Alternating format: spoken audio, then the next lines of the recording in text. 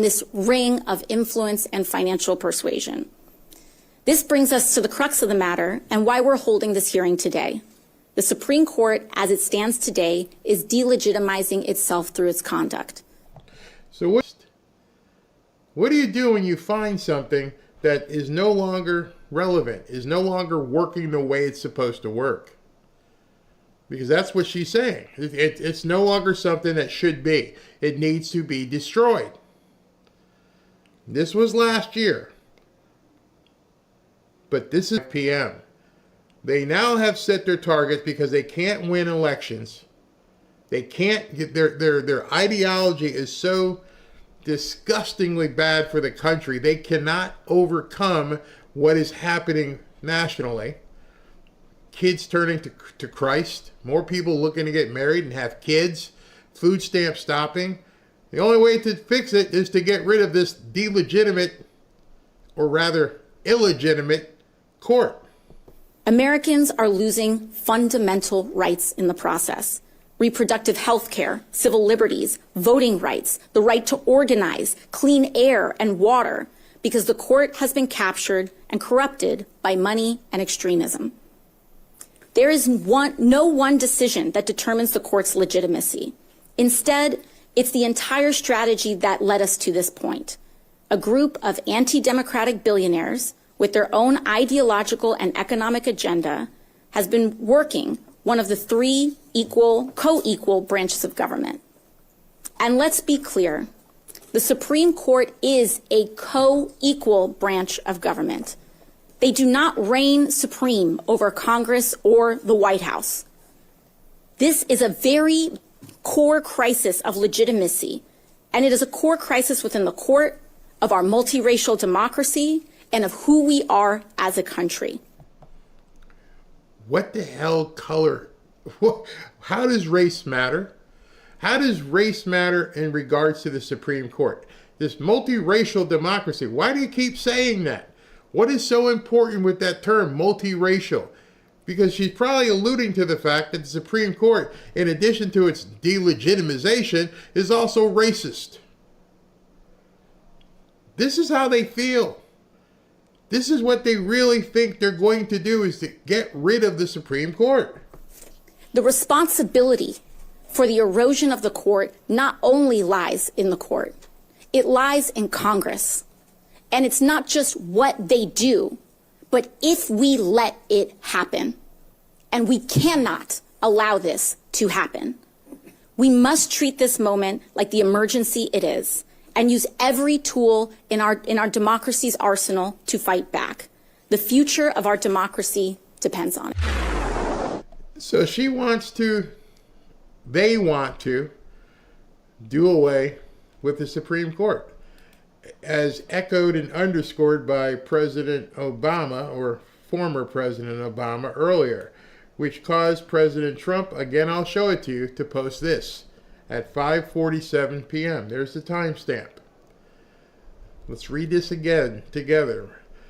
Regardless of the Schumer shutdown, the Democrats will terminate the filibuster the first chance they get, and they will pack the Supreme Court. They'll pick up 2 states and add at least 8 electoral votes. Their 2 objectives are gone. Don't be weak and stupid. We will immediately end the extortionist shutdown, get all of our agenda passed, and make life so good for Americans that these deranged Democrat politicians will never again have the chance to destroy America. And then he gives the warning, Republicans, you will rue the day that you didn't terminate the filibuster. You will rue the day. Be tough, be smart, and win. This is much bigger than the shutdown. This is the survival of our country. I don't see how any Republican, anybody here watching, anyone in the chat, I don't see how anyone can't see what he's saying right there. He watched what they were doing. He went through it himself with the multiple impeachments and everything else. The weaponization, the arrest, the trials. He said it many times. I'm just in the way. I don't understand what some of these Republicans are worried about. The whole notion of, well, if we do it, they might do it to us, makes absolutely no sense because there will be no them. You will never have to worry about them doing it because they would be gone. And the first thing you have to believe in, which is why I showed that stuff, is because if they get the chance, they will most assuredly do it. They won't hesitate. Absolutely. That's a fact. We can't let that happen. That's a fact. Everything that you've worked for, everything that you've done in your life will be gone. Yeah. You'll have a nation of Mandamis all over the place. Let's take a few comments here. Official call to arms, use the nuclear option. That's exactly what he did. That's exactly what President Trump did. That was a official call to arms. Don't be stupid. You will rue the day. Make it happen. It was a Democrat. They will do it regardless. Hold the line, Republicans. And at this point, forget holding the line. Go forward. Nuke them. Take them out. You'll never get rid of the Supreme Court, Cortez. You aren't the head of this country. God is. Yeah. Hey, Maximus, how are you doing out there? We have to go all the way scorched earth. I don't know why people... I understand. Yes, let me rephrase this. I do understand why some people are leery of this because it is nuclear. I mean, the word that it stands for, nuclear, it is. It is a big step in this country. There have only been certain times. The revolution. The revolution itself. I'm sure there were people huddled in rooms across the country. Do we really want to do this? And people felt it was strong enough. Well, we're going to have to do it. Oh, yeah. Family against family, brother against brother, city against city. We have to do it. And we prevailed. The South fell. And every once in a while, these things rise up. And they have to be quelled, and they have to be quelled by strong, deliberate men and women who are like, we're not going to live this way. And we can see what's going on around the world, and it ain't happening here. Plus, you've stolen so much money from us. I like it. We go to work 5 or 6 months out of the year just to pay these. I'm telling you, these videos with these welfare queens. Welfare queens has been so eye-opening for so many people. It was the stupidest mistake they could do. Yeah, I get $2,000 a month. Nails, hair, eyelashes. Bad. Absolutely bad. See balloons. They should be. This is what it means to stand strong with God and Jesus Christ. Barry, where did you put your comments on Rumble that you couldn't put on YouTube recently? I'm not sure I understand what you're saying. What comments? Let's see here. Illegals are losing free stuff. That's what everything is about. They can't win unless they have them. Completely. They're done. They're done. And talk about the economy. Just imagine at this point that some of these people are going to have to go to work. You're not getting free stuff means you're going to have to get off your duff and go to work. We're just going to start fulfilling some of these jobs. They're wondering, where are they? It's going to have to go to work. If you want to eat, you got to work. I posted a video and allow her to buy junk food. I don't know what state she was in, but she had to buy, oh my God, vegetables and meat. How am I supposed to survive on this? So I'm like, anybody want to tell this woman? That is your survival. You're lucky they didn't hand you a box with beans and rice and say, good luck. There's a lot of protein in some of those beans. It's free. You're complaining. Oh my gosh. It's absolutely insane what some of these people think. All right. So I haven't seen any change in the feeds, and they were like, it might be possible, but it doesn't look like he's going to do it live, so I might have to cover it tomorrow when I get the clips. But in any event, before we go and close, I haven't done one of these in a while. Let's look at the 10. Here's the big finish. 10 stories that you just gotta hear. Number 10. Yeah, well, I mean... All right, before she goes, here they come again. And this one is even more recent. This is AOC and Jamie Raskin again.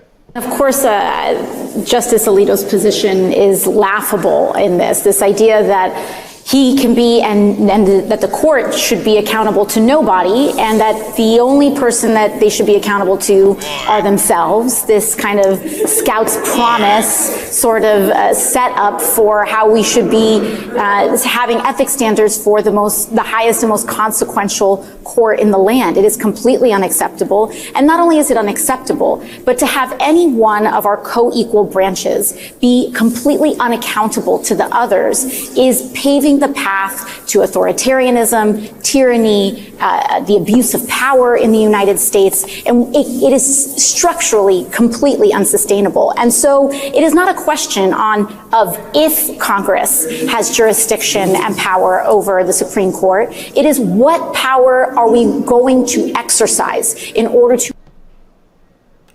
She just said they were co-equal. Then in the next sentence, she said it's not a question if we have power over the Supreme Court. It's how are we going to execute it? But you just said you were co-equal, meaning you don't have power over the Supreme Court. Which one is it? And by the way, are you scrutinizing all of these district court judges who seem to think that they've been elected president? Oh no, that's fine. They're going after Trump. Not a word from any Democrat in relation to or regards to anything that these district court judges have done for the last 10 months. Quiet as church mouse. Don't say nothing about that. But these other ones, the Supreme Court, oh, we got to tear this down. We got to assume control. How do you assume control over supposedly a co-equal branch of government? Rein in a fundamentally unaccountable and rogue court. So she wants to rein it in.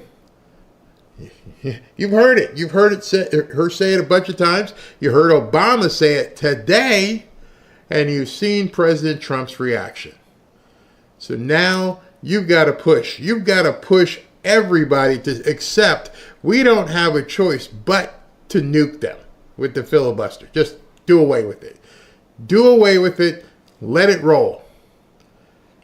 I don't think people realize how good this country will be if the Democrats are completely rendered useless.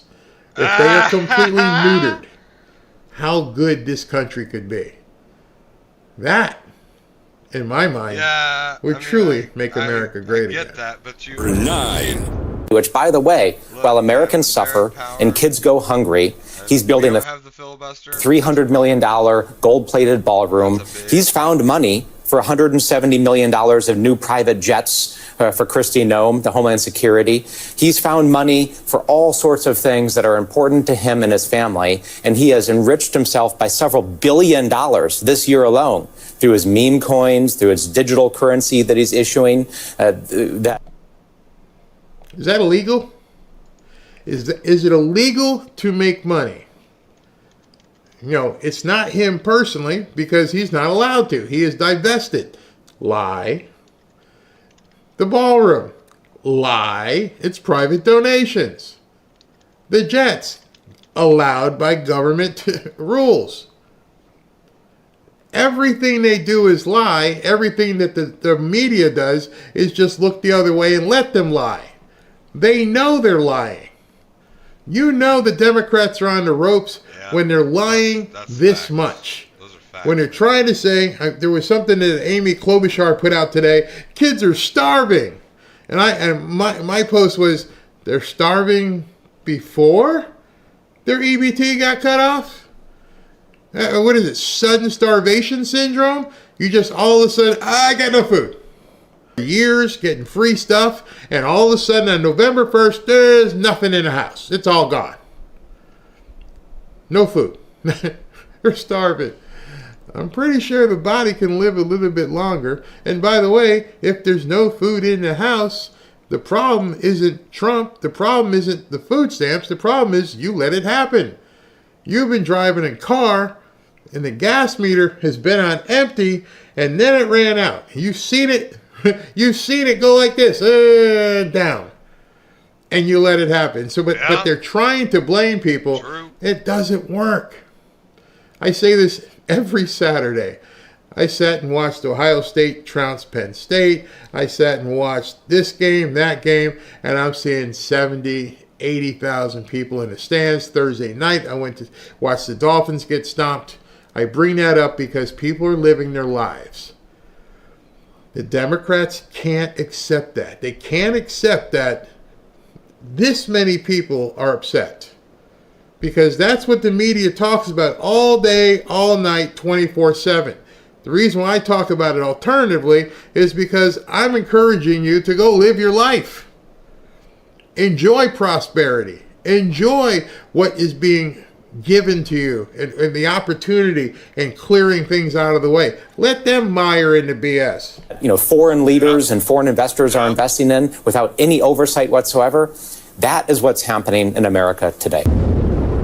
Number 8.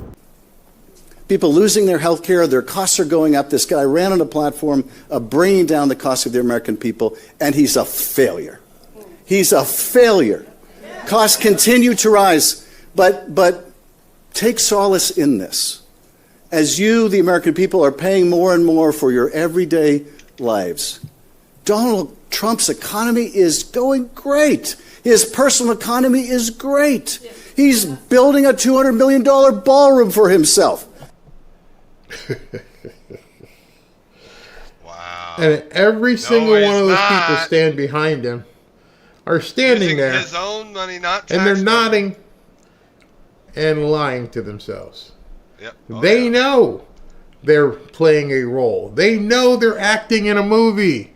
The problem is the people in the seats watching the movie know what he's saying not to be true. Hey, Fred, what was your gas price today? My gas is down. Oh. How are those eggs? Oh, it's pretty cheap. How you feeling? Yeah, you going to the Bears game? Yeah. People are living lives. They're talking to such a small subsection of the country because they have to. Their voter base are the newcomers and that small shrinking base of people ahead. Everybody else, I talk to people all the time. Robin talks to people. We just had the construction done here. I asked the guys who were here, the guy was legally from Brazil. How's business? I can't keep up.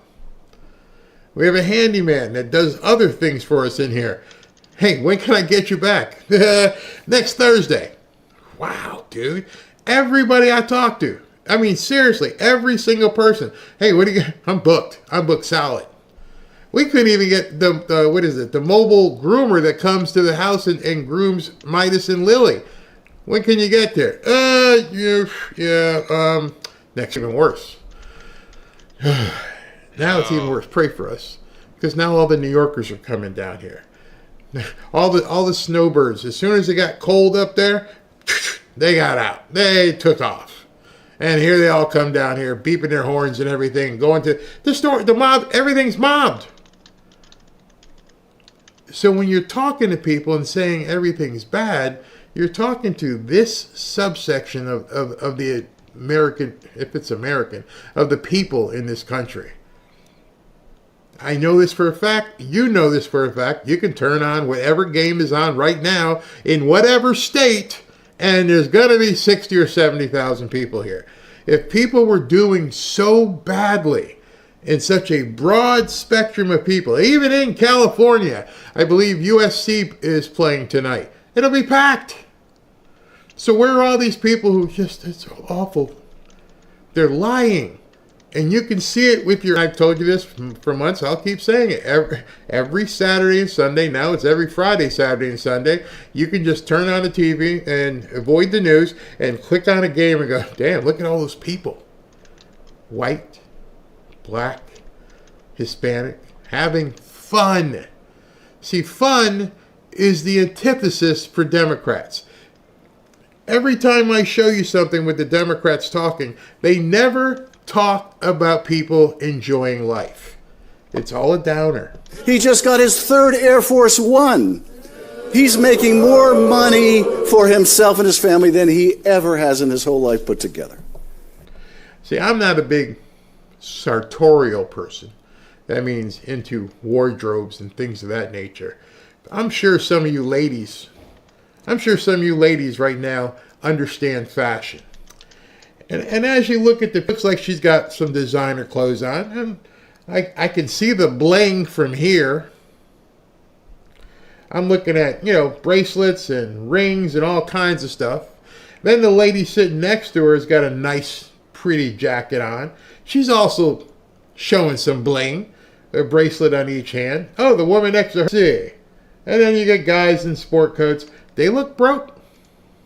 I'm just saying, I'm not a big fashion person. You see me in my t-shirts and my shirts and my hat.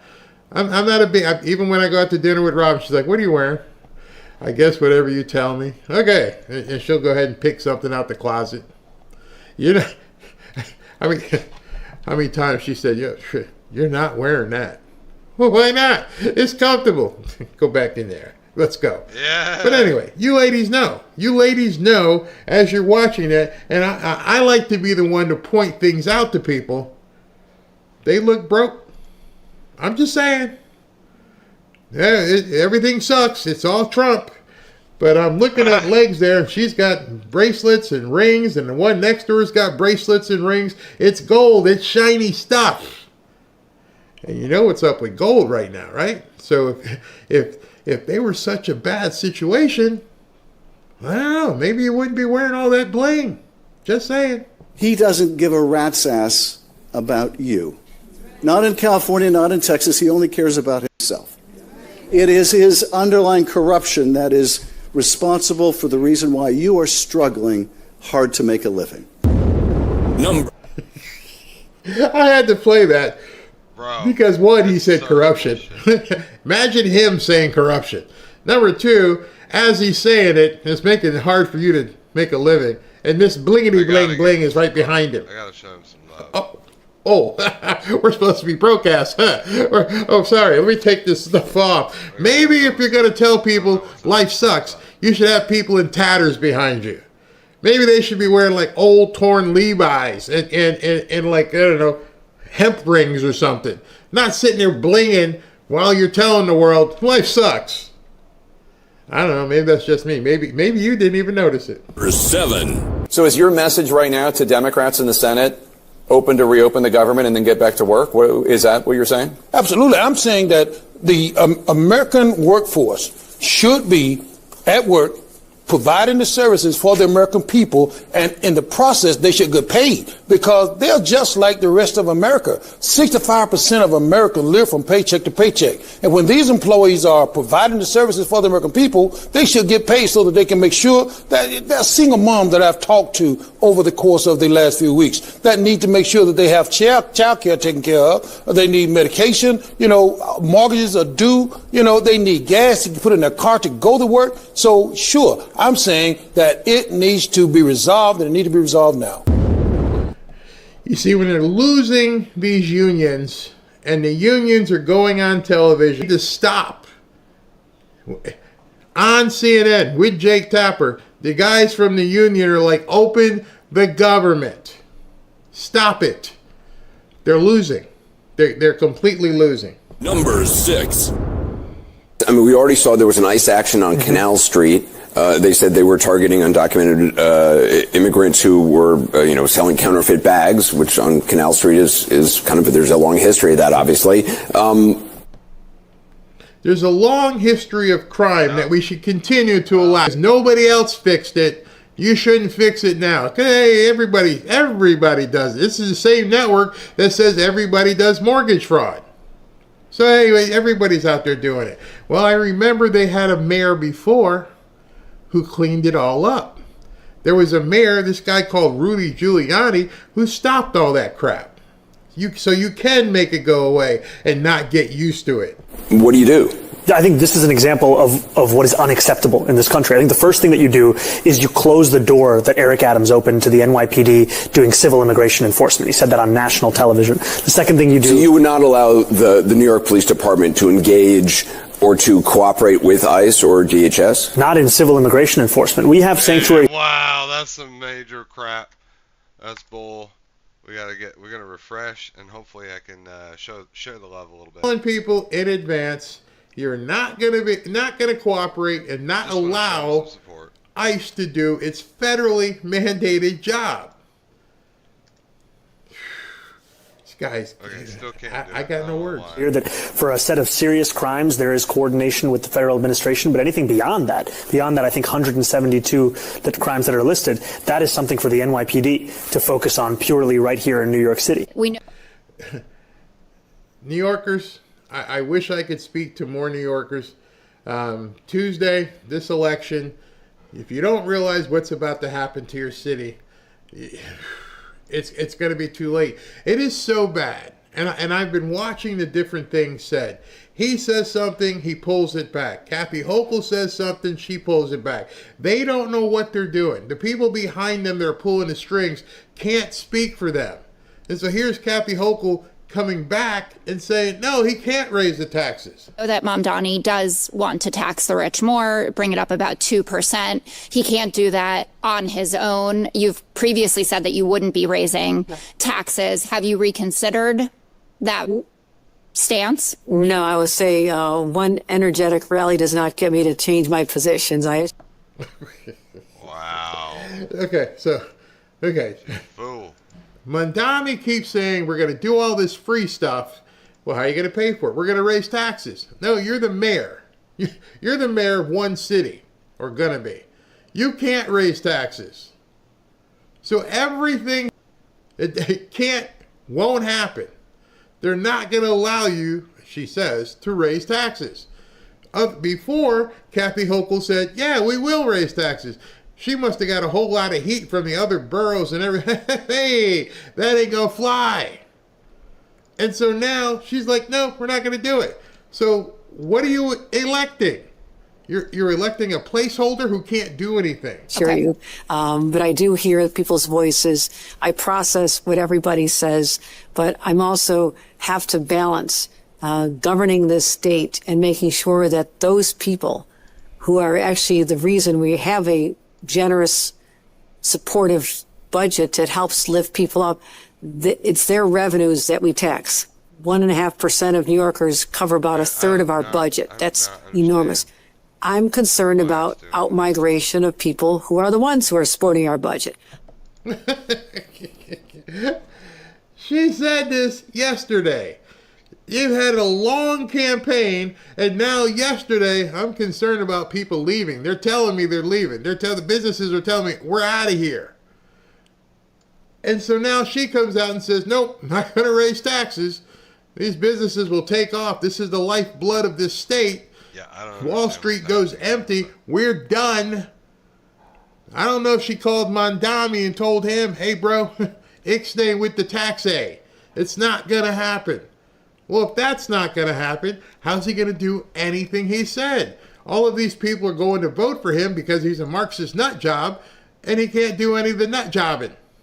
So he's going to sit there for years and complain and rile people up and probably go after her.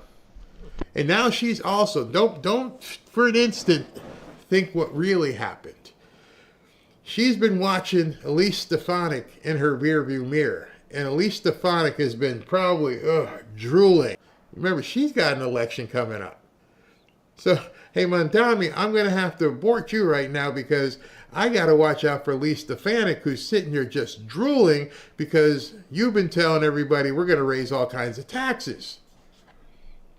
And so now she's got to do a little bit of CYA. Nope, no, we're not going to do that. I cannot make up for that with middle-class tax increases. I cannot do that to the middle class and the struggling New Yorkers. So this is the balance. I mean, this is my position. The Democrats are a complete mess. I don't know if you guys had seen that. Zoran Mamdani is talking about, I'm going to raise the taxes all over the city. We're going to give away free bus passes, free everything. We're going to buy property. We're going to take the landlord stuff. We're going to do eminent domain. And she just said, no. No, we can't do that to the people here. It's our lifeblood. But yet you just stood at a rally with him. You just went to a rally and cheered Mamdani. And not even a week later, no, I can't do any of that stuff. Nope. So what the hell is New York voting for? Is New York voting for some young kid to just come in there with a big smile who can't do anything, who the police don't want to work with, the fire department doesn't want to work with, and now the governor doesn't want to work with? What in the hell are you people in New York thinking? What was she thinking when she went on that stage? And now this is where New York is. Number 5. Dynamic, and given the way that the president has been tweeting memes about you, has been, in your words and the words of Democrats, already dismantling healthcare, what makes you think that he will negotiate anything? What makes you think that he and Republicans will cave to you? First and foremost, if you don't do an interview with sunglasses on. This is so stupid for him to go out there and act like he's got something to say while wearing sunglasses. If people can't see your eyes, people can't trust you. If people can't see your eyes, they can't gauge your authenticity. If I sat in here, I don't even have any here. If I sat in here the whole time with sunglasses on and you can't see my eyes, you would think, well, what's Barry talking about? What's he doing? This dude is standing there like some sort of gangster, some sort of rapper. That was stupid. Well, only surpassed by what he says next. Public sentiment. At the end of the day, the public knows that Donald Trump and Republicans have shut the federal government down, and that they're continuing to engage in the chaos and the cruelty and the corruption that we've seen from this administration. Alright, sorry about that. Last time we do this. And the American people are paying close attention. Yeah, they are. They're paying very close attention. They're paying close attention to the fact that you guys want to give $1.5 trillion to newcomers. Oh, and stuff in other countries like Uganda, circumcisions. You notice, we've been going through this a month now, a little over a month, and they never mention what it is you want to negotiate. You have, I mean, we've all seen it. I hope you've read it. Mike Johnson has publicized it. We know what the document says. Why is it they never talk about it? Why is it that the press never says, hey, on page 114, paragraph C, it says you want to give $1.2 million to a LGBTQ cookbook in Botswana? Why do they never talk about it? Well, number one, they're in on it. Number two, they know it's unsellable. Imagine that. Imagine you have something you want to sell, but you can't tell people what it is you're selling. True. Just sign it. Well, you've got some stuff in here. I'm not buying it. Oh, you're going to shut the government down because you won't give us what we want. There is no negotiation to be had. And they know that it was Donald Trump and Republicans who have shut the government down. They also know that House Democrats are fighting and Senate Democrats are fighting to protect the health care of the American people. Because the Republican health care crisis has been devastating the government to people all across the country. Devastating to working class Americans, devastating to rural America, to urban America, to the heartland of America, to small town America, and to black and brown communities all across America. I hate that they use this racial shit. Oh man, you and me both, brother. And the blanket statements. Again, the reason why I'm pointing this out, because I want you to understand, they never talk about anything positive that they're doing for people. How they're going to increase your livelihood. How they're going to increase your ability to and your opportunity. How about talk about prosperity? Have you guys ever, in any speech, mentioned the word prosperity? You know, ka-ching. How are you going to help Americans prosper? Never gets talked about. Not by Mondami, not by AOC, not by Schumer, and definitely not by Jeffries. Prosperity is a bad word to Democrats. That in and of itself should make you completely scream, nuke it. We want to be prosperous. There's nothing wrong with being prosperous. They won't even mention it. We've never seen anything like this in terms of the pain that has been inflicted on the American people Then why'd you by vote for Republicans. House Democrats You voted are for it, simply Dems! making the case that we need to cancel the cuts, Holy lower the shit. costs. See, this reason I kept this was from early in the shutdown, and somebody told him, you can't talk about that anymore. Cancel the cuts. That's the crux of this argument. And those cut cancellations were afforded by the big, beautiful bill. So what they're trying to do is do a mulligan. Let's do over. You passed that, but we're trying to fix the big, beautiful bill because we got our butts spanked. So to redo the cuts, make it all come back. No, we already passed a law. That's gone. That's off the table. There's nothing to negotiate. The law was passed. It was signed. Those cuts are cuts. They're gone. We're not giving you that anymore. And that's what this is all about. And save health care. That's the thing. They think they Thank can you just all. lie You addressed their the way Number 4. through this shutdown. Just into our politics lead, moments ago, President Trump responded to the rulings today from 2 different federal judges who said that the White House and the Agriculture Department must use the billions of dollars in contingency funds to at least partially cover food stamp benefits in November. CNN. And that's a lie. I actually read to you what the judge said.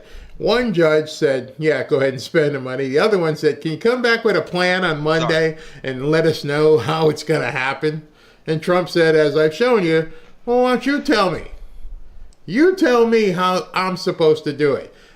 But I also told you the media would lie and run with it as if that was the ruling. Jeff Zeleny is at the White House. Jeff, what did the president have to say?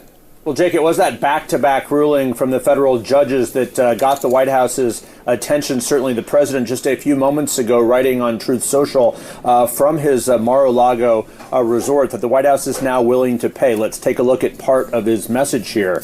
It says, our government lawyers do not think that we have the legal authority to pay SNAP with certain monies we have available. And now 2 courts have issued conflicting opinions on what we can and cannot do. The president writes, I do not want Americans to go hungry just because the radical Democrats refuse to do the right thing and reopen the government. Therefore, he says, I have instructed our lawyers to ask the court to clarify how we can legally fund SNAP as soon as possible. Of course, SNAP is the Supplemental Nutrition Assistance Program, also known as food stamps. It helps 42 million Americans, about 1 in 8 Americans. So this, of course, is the deadline that is looming tomorrow. So the White House is now saying they will pay. The question is, Jake, how long will that... That's not what he said. You just read exactly what he said and ignored what he said and said the White House said they're going to pay. No, that's not what he said. He actually, you read what he said. And here, I do this often because you guys sometimes will miss what these people say. Listen to what he reads and then listen to what he says. It says, our government lawyers do not think that we have the legal authority to pay SNAP with certain monies we have available. And now 2 courts have issued conflicting opinions on what we can and cannot do. The president writes, I do not want Americans to go hungry just because the radical Democrats refuse to do the right thing and reopen the government. Therefore, he says, I have instructed our lawyers to ask the court to clarify how we can legally fund SNAP as soon as possible. Of course, SNAP is the Supplemental Nutrition Assistance Program, also known as food stamps. It helps 42 million Americans, about 1 in 8 Americans.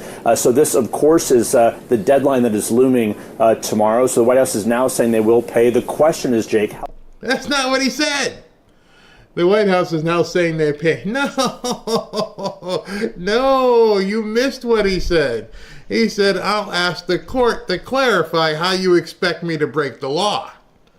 See, if you were a real news organization, you would have read what he said, and then you and Jake could have had a conversation and discussed, what does he mean, clarify? See, if there was an order, and if he was willing to go ahead and comply with said order, then he would say, yeah, I'm going to release the funds. That's not what he said at all. The media is lying. He said, I'll ask the court to clarify. Wait till they give the clarification. If he gets the right clarification. If the clarification satisfies him, then he may not appeal. He's trying to make here. But he did not say, yeah, I'm going to open the spigot tomorrow. Nope, didn't happen. How long will that take to actually get enacted? Because it will take a while for the USDA to send the money to the states, and it's not enough to fund the entire month, but only partial funding. But for the first time, the president is saying he will pay the SNAP funds, much like he did military funding. No, he didn't say that. See, this is I break this stuff down so you guys can actually hear and understand specifically how they are gaslighting America. The president chose, whether he typed it or somebody else, a very directed post. I read it to you last night. He just read it on the air and pretended like he didn't even see it. Okay, it's a good sign he's going to pay. That's not what he said. Your audience are stupid people. They listen to you and you're stupidly misleading them, gaslighting them. And I think, excuse me, I feel it's very important when I do my shows to show you guys, number one, what's actually said. Number two, how these people misconstrue things, which is why people who you work with in other places are like, well, CNN said he's got to do it. The judge said, no, that's not what happened at all. And this has been going on for years. And they just listen, and you might be in an airport, and you're sitting there catching a plane. Oh, okay, Trump says he's going to do it. That's not what he said. That's not what he said at all. Earlier this week, but what it does not do is move the shutdown any closer to being a reach. The president, of course, is not here. The House has been out of Washington for more than a month. The Senate also is not in Washington. So the shutdown is entering a second month here, but at least the SNAP benefits, it looks like, will be paid at least in part. So your entire segment that you did on CNN was a lie. They get to do this every single day. They get to just say whatever they want. And they were trying to put the minister of disinformation onto podcasts when that was disinformation or misinformation, whatever you want to call it. And I gotta believe it's intentional because I can't even fathom that they're that stupid. And so because I'm giving them credit of having some intelligence, I have to believe at this point that is intentional gaslighting. He did not say it absolutely is intentional. Imagine not having to show up to work for a month and still get paid. Man, nice work if you can get it. No. That's what he took from that? The fact that, oh boy. Number 3. How concerned are you, though, that people and companies will leave New York City and significantly reduce the tax base, which you want to use to pay for all the things you have behind you? All right. So I played you the clip where Kathy Hochul, she's freaking out. She's the governor. I can't have that. I can't let that happen. This answer is classic idiocy. You know, I often go back to the statistics that look into this question in previous years. And the Fiscal Policy Institute here in New York City did a study that found that the other income brackets in New York City, and when they do leave, it's often to other high tax states as they're described, as well as for the reason of quality of life. I say all this to say that I'm confident that New Yorkers will choose to not only remain here, but also that. Understand he's saying this. Understanding he doesn't believe anybody's leaving, as he's sitting in front of signs that say, I'm taking all your money. Free rent. He frees the rent. Yeah. Fast free buses. Child care for all. And you don't think people are going to leave. Oh my gosh. Others will choose to join us in this city. And I also know that it's my responsibility that for every single dollar that we spend, that it is a dollar that New Yorkers look at as a dollar well invested. Because I know for far too long, when New Yorkers have looked at the New York City budget, they are not convinced in the way in which this money is being spent. And it's my job to show that every single one of these dollars will transform quality of life for every New Yorker, no matter how much money they're making. I can't stand his smile. I can't even trust somebody who does that crap. Who does that? No kidding. New Yorkers, you got until Tuesday to make up your mind. Today, we are signing an executive order aimed at reining in this out-of-control administration. The order establishes ICE-free zones. That means that You what? His You what? brain trust, the people he works with, actually took the time to put together some sort of resolution where they're going to declare ice-free zones. You are telling the federal government that they can't do what the federal government is entitled to be doing. Like by law. This guy's... You're telling them they can't enforce federal law? He has no brain power. Ice-free zones? This wouldn't stand up to like this much scrutiny. The property and unwilling private businesses will no longer serve as staging grounds for these raids. Unwilling businesses will not be. So you can't come park in our parking lot while you get ready to have the raids. Nope. How are you going to stop them? Would have been the first question any reporter should have asked. Just exactly how are you going to stop ICE from putting all their trucks and cars and stuff when they're planning their raids? How is that going to happen? Oh, the Chicago police are going to go arrest ICE officers? Good luck. Good luck. If you think the local police are going to go arrest ICE officers.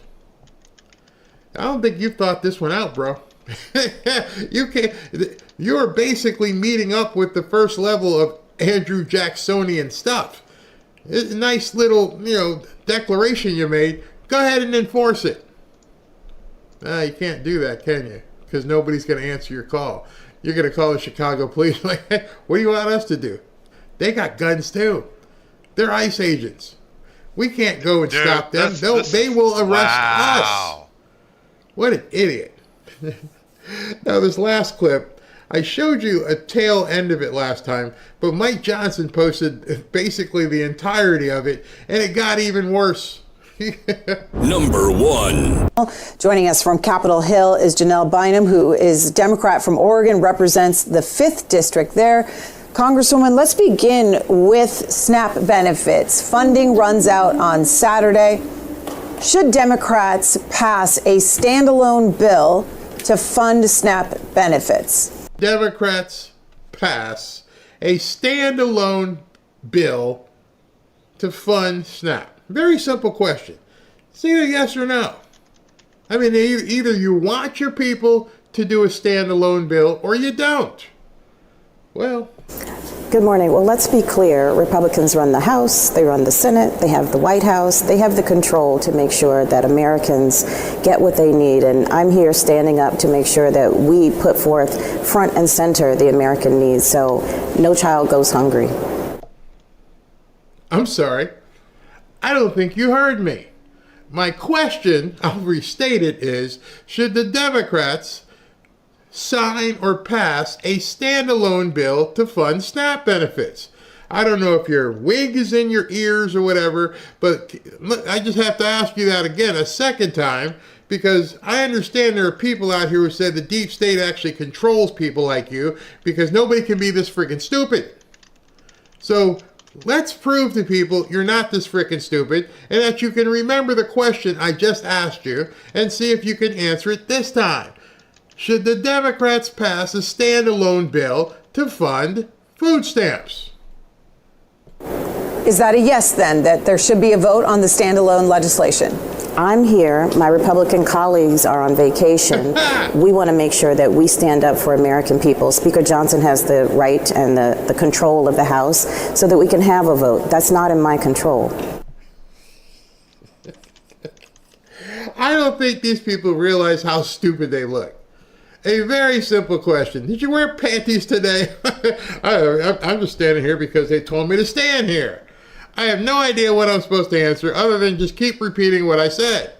And I will continue to just repeat the same malarkey. If he did, would you vote yes? Put a bill on the table and we can look at it. What? Oh my gosh. I think this is CNN or whatever. And the woman must be like, why do they make me talk to you people? Why do I got to talk to these idiots? Oh my gosh. We talked earlier to Congressman Tim Burchett, Republican of Tennessee. He was on the program, and he made the argument that Democrats in previous situations avoided government shutdowns by voting 13 times for so-called clean continuing resolutions that would fund the government at the previous year's funding levels. Why not agree now? Well, look, I just got here. I don't play politics. I just got here. Hang on. What? You didn't just get here, unless somebody just dropped you off. You've been a congressperson for at least since November, even if it's your first term. You were sworn in probably in January. That's 10 months ago. Can you not answer a question at all? Is this how you represent the people of Oregon? Or are you indeed a plant by the deep state? Because I can't figure out why you can't answer a question. I want a clean bill that focuses on the American people, that makes sure kids have a full belly, and, you know, all of the clean this, clean that. Americans don't understand that. They know if they have their benefits or not. So put a bill on the table, make sure it's very pure and clean, as they like to say, and it doesn't have a whole lot of fluff in it. I'm not. There is no fluff. Remember, I think it's like 20 pages. It's pretty simple. There is no fluff. Sign this and we can reopen. The problem is she doesn't know what the bill is. She's asking for just a clean bill, and Mike Johnson and everybody else says it is a clean bill. Americans don't know what a clean bill is. Yeah, they do. It means that things will open up tomorrow. What are you talking about? Well, it's obvious she has no clue. She has no clue what she's talking about. She's going to prove it right here. I'm here for games. I just want to make sure kids get fed. They did have a clean CR vote on September 19th in the House. Did you vote for it? I disagree with your characterization. This is the part I did before. I didn't have the first part. What? And I'm like, wait a second. Listen, did you vote for it? Is the question. I disagree with facts. What are you disagreeing with? Either you voted for it or you didn't vote for it.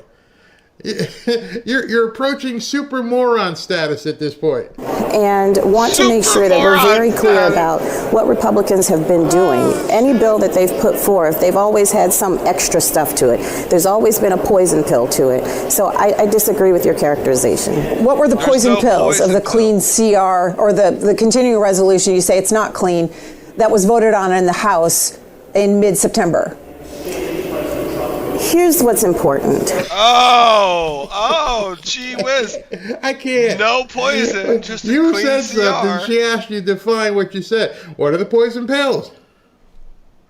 Here's what's important. I think what you're trying to do is shift the responsibility to Democrats. Speaker Johnson controls the House. He should come back, pull Republicans off of vacation, and make sure that we have discussions on what the country needs. We know children need to be fed. Anything else is passing the buck and is playing politics. Wow. It was worse the second time I saw that because I didn't see the first part, and I wanted to show you guys the first part. Mike Johnson posted the whole clip, and I watched it the second time, and I'm like, this is insane. These people don't know what they're doing. How do they get into office? They have to be installed. There's no other explanation. I can't. So anyway, that's tonight's show. I'm gonna read super chats here, but my gosh, we are in such a bad way. I guess I can tell the screen never went live, so they did not show the big MAGA dinner live. So there's probably gonna be clips I can get tomorrow and show you. But wow. Thank you guys for hanging out on a Saturday evening. Crazy, absolutely crazy. What number do I have to go here? I think I need to go to 34 for super chats. Yeah, I gotta go here and put that there. All right, America Ramirez says, yes, he is secretly still working. I believe that, talking about Elon. America Ramirez, ICE was at my job Tuesday. Wow, 49 from the agency. Interesting. Andrew Barry, thank you. They did the Rogan interview because there's a major portion of undecided and non-real radicals have been slapped in the face and are now listening. Bingo. Very, very well. Mr. Phelps. They were hoping and praying that rescue mission would fail. We would still be hearing about that story. Yep. He's talking about the astronauts that got stranded. James Horton, thank you, Barry, and Mods, love you. Thank you very much for watching. Jose, hey, Barry, the devs really did us in. Have you noticed something odd? No EBT. There's been few protests because nobody's going to pay them to go out there. I even went to Walmart today. Business as usual. It was all on Twitter. Let's see what happens. We've still got a couple more days to go. Tinley, Dems are desperate, but we are running out of time. Indeed. Buddy Sanders, how did AOC become a multimillionaire? Good question. Good question. They won't ever tell you that, though, will they? Jean Lee, Barry, if we get rid of the filibuster and lose the midterms, will Trump be screwed? Dems are known for rigging elections, my concern. If we get rid of the filibuster, let me just check the clock here. It is November of 2025. If we got rid of the filibuster, a lot of laws can be passed before the midterms. The biggest of them, meaning voter ID. So if we somehow were able to nuke the filibuster and pass voter ID, then no, it wouldn't be a problem. Wouldn't lose the midterms. Jose, if I'm not mistaken, how much is AOC and her clan worth? Only they can have prosperity. Exactly, millions. Frank, and that was from nothing. So it's not like she showed up in office with a bunch of money. She was a bartender. Franco, remember when Mark Cuban went around and said he met privately with Kamala and not to worry because she won't really tax at that rate? Yeah, right. Retro Bill, AOC needs to thank God for the autonomic nervous system, because if she had to think to breathe, she'd be in big trouble. Tanaya, Barry, AOC would benefit greatly from a lobotomy. Job for 9. If John is not prepared to go nuclear, then he's the wrong man for the job. Yeah, I'm giving John Thune the benefit of a doubt. I'm giving John Thune the benefit that he's working on a head fake, and he's not showing people that he's listening to Trump, even though Trump's pushing it very hard. Jeanette, how about those Buckeyes? Yeah, I bet you that first half must have had you a little bit nervous. Penn State looked like they were going to do something, and then they got blowed out. I mean, absolutely. If you guys weren't watching, Ohio State, #1 team in the country, defending national champions, playing a dilapidated Penn State who lost 4 games in a row, and at halftime they were right there, and then it just rolled. Nikki Hayes, Barry, got married last week. Beautiful, beautiful town. You're right, and lots of history. And a lot of people, first of all, to your marriage. Congratulations. Second, Nikki, yeah, a lot of people who've never been to Charleston don't like to talk about Charleston because, you go down and you go into the downtown area, and a lot of the slave market used to be there, and it has nothing to do with the people there now, but they're always complaining about the slave barracks and stuff. So true. Here in the UK, Parliament is a simple majority, which is why people vote for their party. Why can't the Senate act the same way?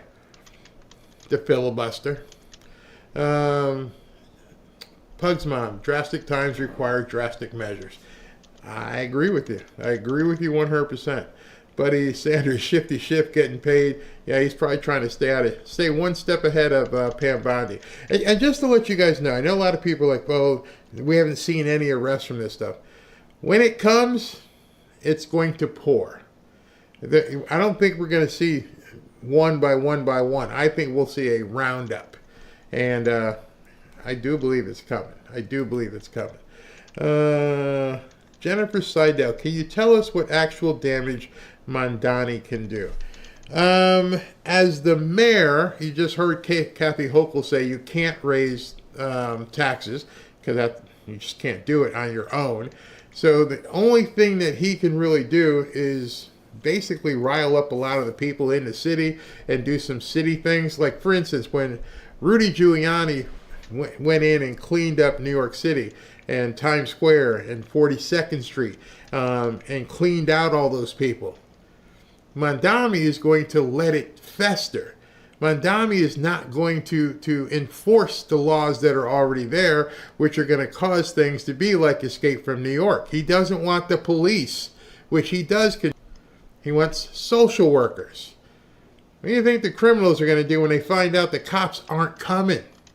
See, that's the number one thing that I think Mamdani is a problem for New York City, is because in order to destroy the biggest city in the world, crime can do it for him. The fact that he won't let New York police be New York policemen, that's one of the things. And then the effect that has. You know, if there's a call for the fire department and there's no police there to escort them if they're going to a bad area, and the bad areas will multiply. And then some of the other stuff regarding, how can I say this, culture. You know, the tolerant people. Chapo, once Mamdani wins, he will send the commie brigade over to Kathy and convince her she needs to raise taxes. Lynn, took all of 2 minutes to make me a fanberry. Love to see it. Guys like it, so thank you. Thank you very, very much. Donna, please explain why Thune and Mike Johnson are objecting after all we've been through, and can they actually stop Trump? As I said earlier, I can only hope that John Thune is play acting. Mike Johnson, I think he'll do whatever he's told. I don't think that they want to face the press. I don't think they want to face other Republicans right now and say this is what we're going to do. Even though President Trump is being very vocal, and I think what President Trump is doing is forcing a conversation. I think President Trump realizes we need to begin talking about this, if for no other reason to see who reacts what way. How many of the Republicans are going to push back? How many of the Democrats are going to completely freak out? What's the public thinking? Most of the public doesn't know. Most of the public aren't being explained what the nuclear option is. So once they start talking about it, you're going to see Democrats have to talk about it, because they got to be terrified if they nuke it. It has to happen. And I think President Trump is launching a trial balloon to see how people respond, including Thune and Mike Johnson. But by now they know what he thinks. Sheila, Barry, we have rhinos, 4 including McKay. So how do we get to 51 in the Senate if we go nuclear? Well, if you've noticed, even the bills where they jumped, there were still 52 that voted, 47 or 48. So at that point, it's getting closer. Yeah, McConnell's never going to do it. Murkowski's probably never going to do it. What's the other one? Susan Collins, probably never going to do it. But what nobody's counting on are people like Fetterman and probably a couple closet Democrats who are like, we got to stop this. We see it get to like day 60. If a lot of people are speculating that they're waiting for Mamdani to get elected and then they'll cave. But if they don't cave by Tuesday after that election, and New Jersey and Virginia, if they still don't cave by Wednesday morning, we may be headed to day 60, 61. Jim Wright, I'm invading Florida in a week, going to a wedding. 2 friends are getting married to each other. No, it's not Chuck and Larry. It's Mike and Julie, biological male and female. Julie is a legal immigrant. Congratulations. Sheila Marie, Barry, can you tell us what happened to the TRO that Noam won at the Supreme Court in July to deport? Yep, that got upheld by the Supreme Court. So, again, you had a district court judge say you can't get rid of the Venezuelans and the Haitians, and then the Supreme Court last week did say, yep, you can do it. And that's what keeps happening. The district court judges stop stuff. It goes to the Supreme Court. They overturn it, which is why they're freaking out about the Supreme Court. They already have so many district court judges. The problem is all the stuff that they're doing gets overturned by the Supreme Court. Nikki P, whoever's writing their talking points has got to be the same person. They all say, let me be clear, and then proceed to not be clear. Exactly. Thank you, Nikki. Neo, where'd Neo go? Again, I say Trump, do it. Can't wait to see the dance. Barry, always love what you do here. Thank you, Neo. Nicholas Lamonica. Hey, Nicholas. Barry, they will change the name of New York to New Cuba if Montami is elected back. He's going to win. We're going to wake up Monday with a communist mayor in New York. Tinley, hey, Congressman, you want to know if a bill is simple or does it have lots of pork belly stuff into an AI? It will read it to you. Let the AI read it. If they don't understand it, you can upload it to Grok. It'll come up with a summation very quickly. Mariah, thank you. Lena Newton, the moochers are misinterpreting land of the free. And Raven Kirkendall, what happens on day 61 of the shutdown?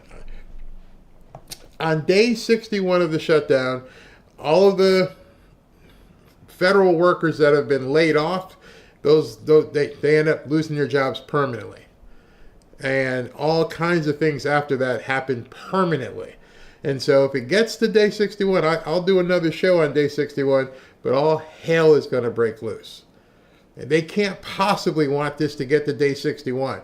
I couldn't even imagine that would be something that they'd want to do. Because they would lose 700, everything. They would lose this fight for the shutdown. They would lose 700,000 federal jobs. It's basically the pre-nuclear option at that point. All right, everybody. I hope you guys have a great Saturday night. I will see you tomorrow, dinner, whatever Trump was at. It didn't get posted, so we'll have that for tomorrow. And thank you guys very much.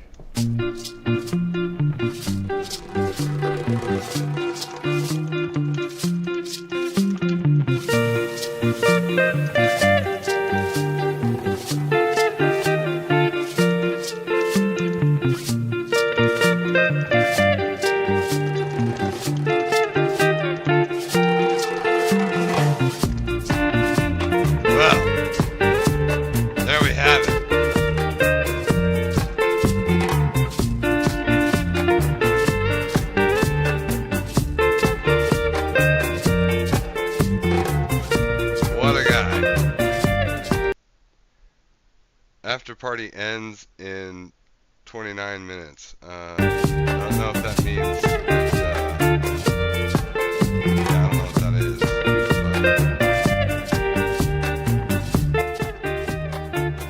But what I do know is I can turn this back down to 0, so it's neutral.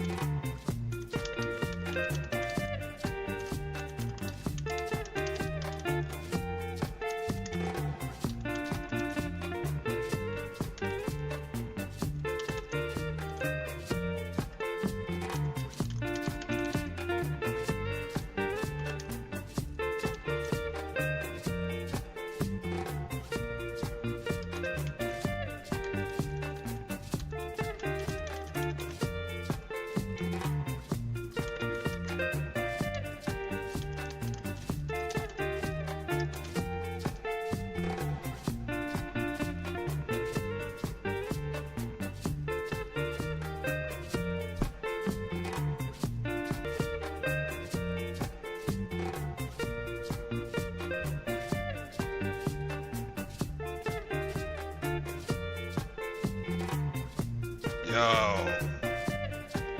that was amazing. That was amazing. Truly amazing. I loved every bit of that. Absolutely based. Barry's a great guy. You love to see it.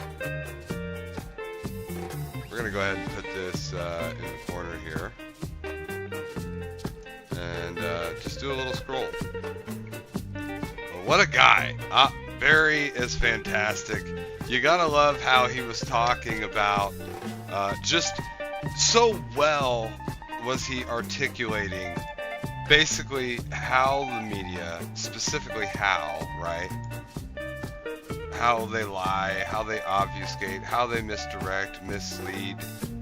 avoid the questions directly.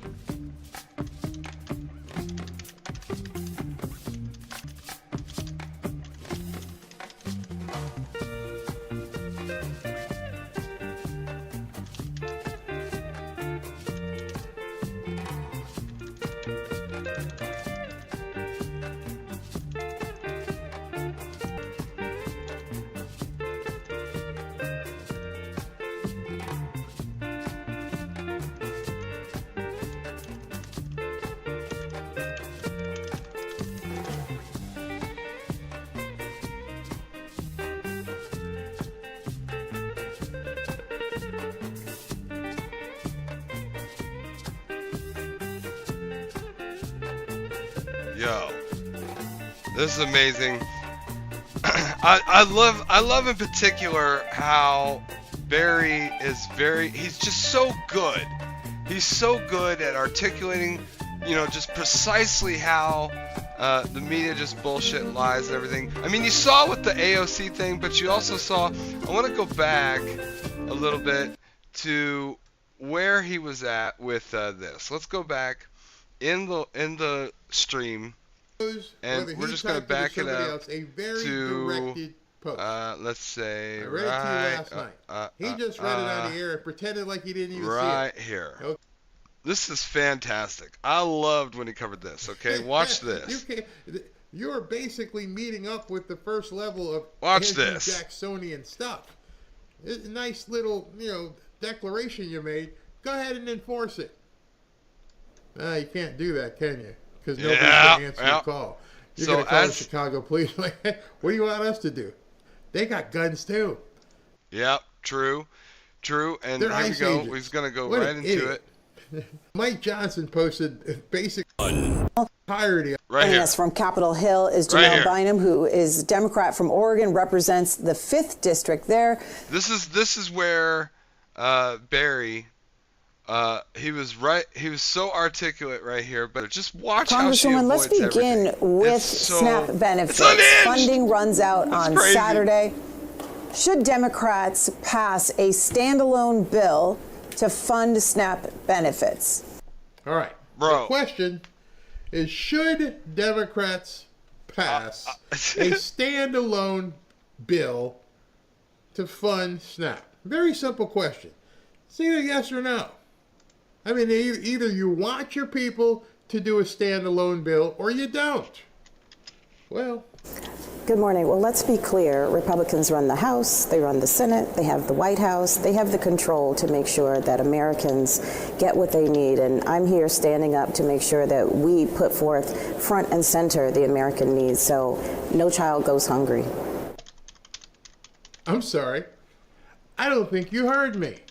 My question, I'll restate it, is should the Democrats sign or pass a standalone bill to fund SNAP benefits?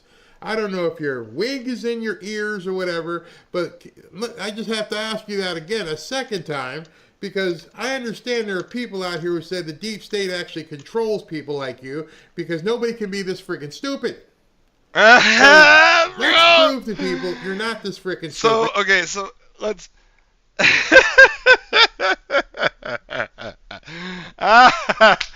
You gotta love it.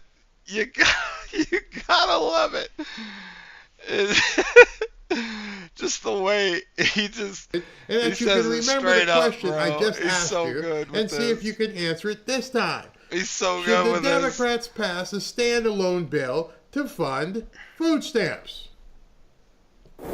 Is that a yes, then, that there should be a vote on the standalone legislation? I'm here. My Republican colleagues are on vacation. We want to make sure that we stand up for American people. Speaker Johnson has the right and the control of the House so that we can have a vote. That's not in my control. It's so funny. It's just look at his face, right? I don't think these people... I love this. I love this so much. That was fantastic. Oh my gosh, bro, that was so good. Oh man, whoo, you gotta love it. You gotta love it. There's nothing better, right, than a good old fashioned, he just laid it out plain and simple destroyed them, right? I mean, what a legend. What a legend. I love everybody in that community. That was fan-freaking-tastic. Just without a doubt. That was so good. So good. Alright. So, in the meantime, let us move on. We had a bunch of stuff I wanted to cover today. Let's go to X, see if we can find some other stuff here. Let's just go ahead and leave this up. He's our good old boy. Our good old mascot.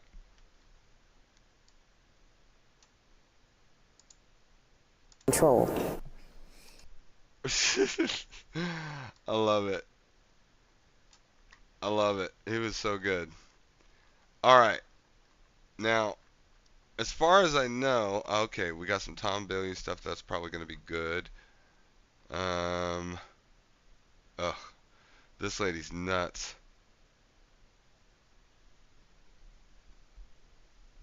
Man, Marjorie was on Bill Maher last night. It was apparently pretty good. I mean, we'll see, right? Like, I don't know. I don't know. Let's go ahead. Let's see. Alright.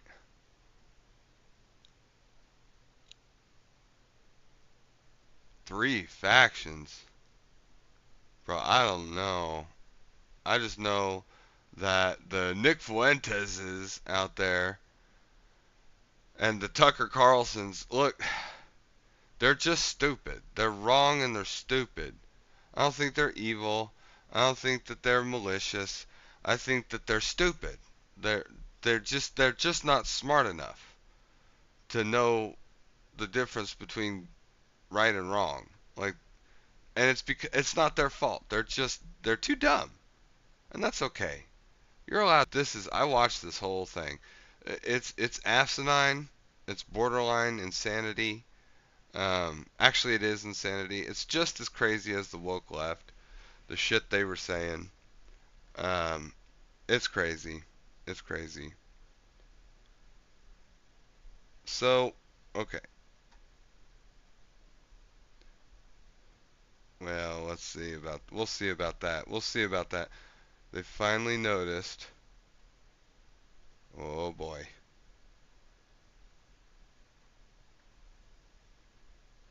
Keep going, keep going.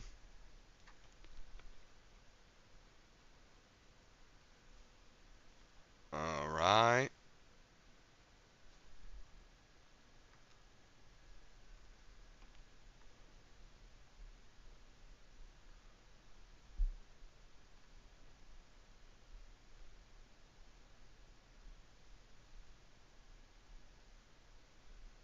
That was 4 months ago. A month ago.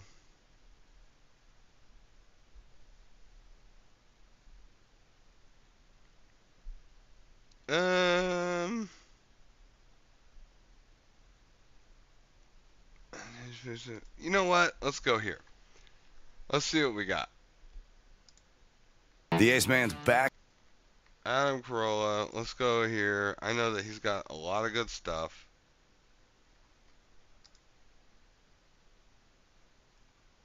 Okay.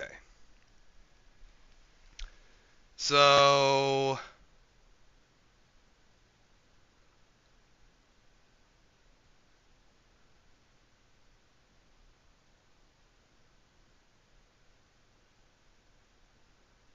all right.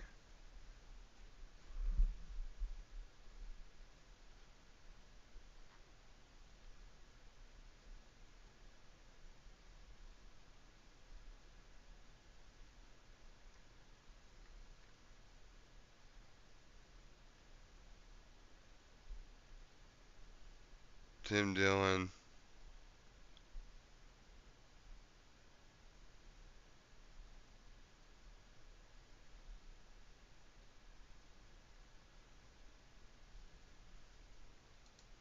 Okay, let's watch this one.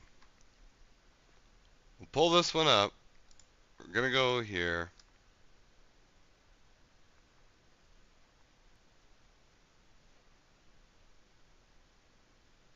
Stage of her career, and she got chipped out of a medal. So what would you like her to do, lady who likes ladies, who like fierce, tough women? We have Riley talking to Fox News, and I know they hate Riley Gaines because of her politics. It's not really about this. It's more about the politics, but we'll hear what she has to say, I guess, about AOC. Here's what I will say.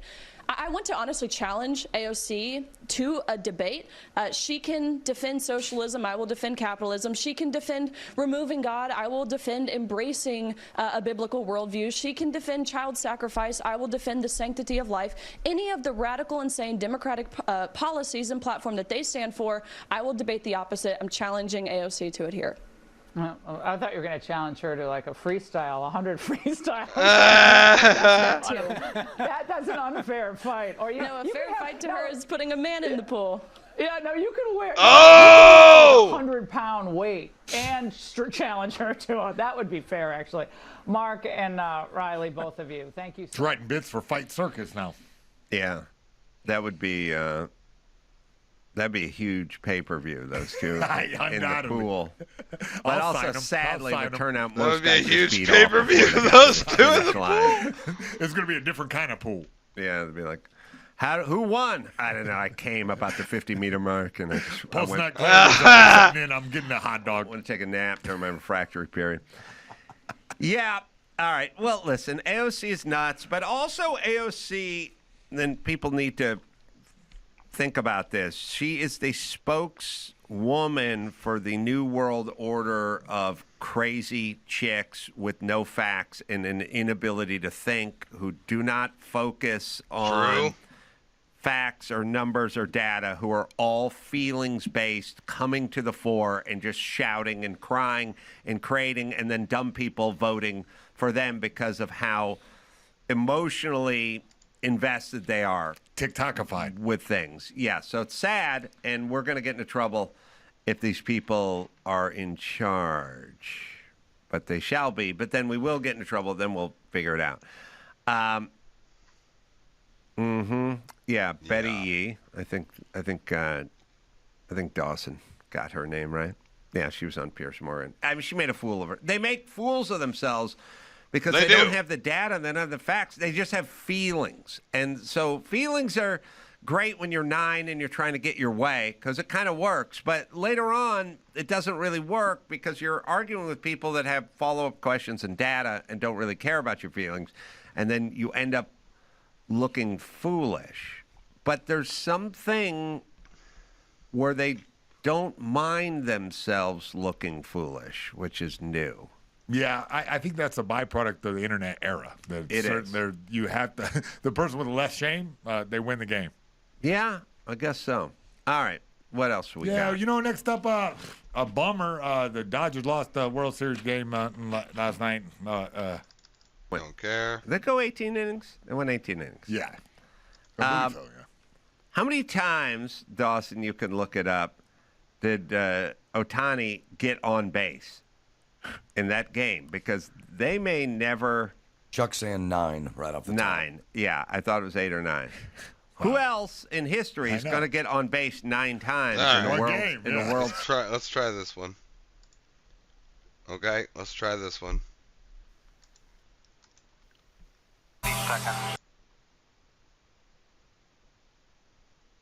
Okay. All right. So, having said that, we got a lot of things that we got to be talking.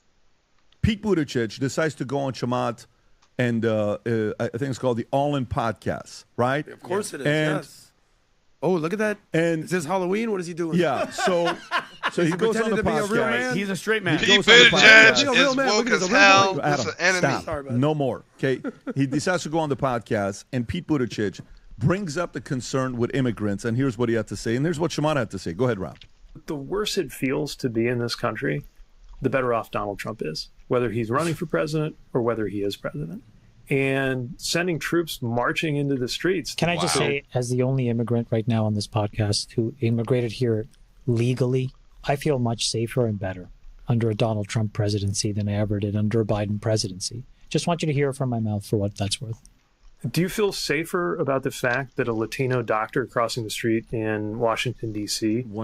Is getting hassled or harassed because they're brown? I don't think that I've heard that. Now, okay, so you're not aware of any case in which a U.S. citizen who is... Me, no. Like you're no, but I will tell you, for example, after 9/11... Wait, you're on a podcast commenting about immigration. Surely you have some level of awareness. Let me tell you, after 9/11, for example, for years I had SSS on my boarding passes. I was pulled over constantly, and people probably thought that I was a Muslim hijacker. Mm-hmm. So I know what it feels like to be harassed. And what I'm telling you categorically is I feel safer in this presidency than I have ever felt. And I'm just letting you know that. It's just my lived experience. By the way, what a fair, sound, reasonable way Take that, Pete Buttigieg. On both sides, and Pete not knowing what to do with it. Tom, your thoughts on this? Well, Pete, let's find a victim. Buttigieg, there we go again. Yep. Let's find a victim and exploit it. Find a crazy example, or not a crazy example.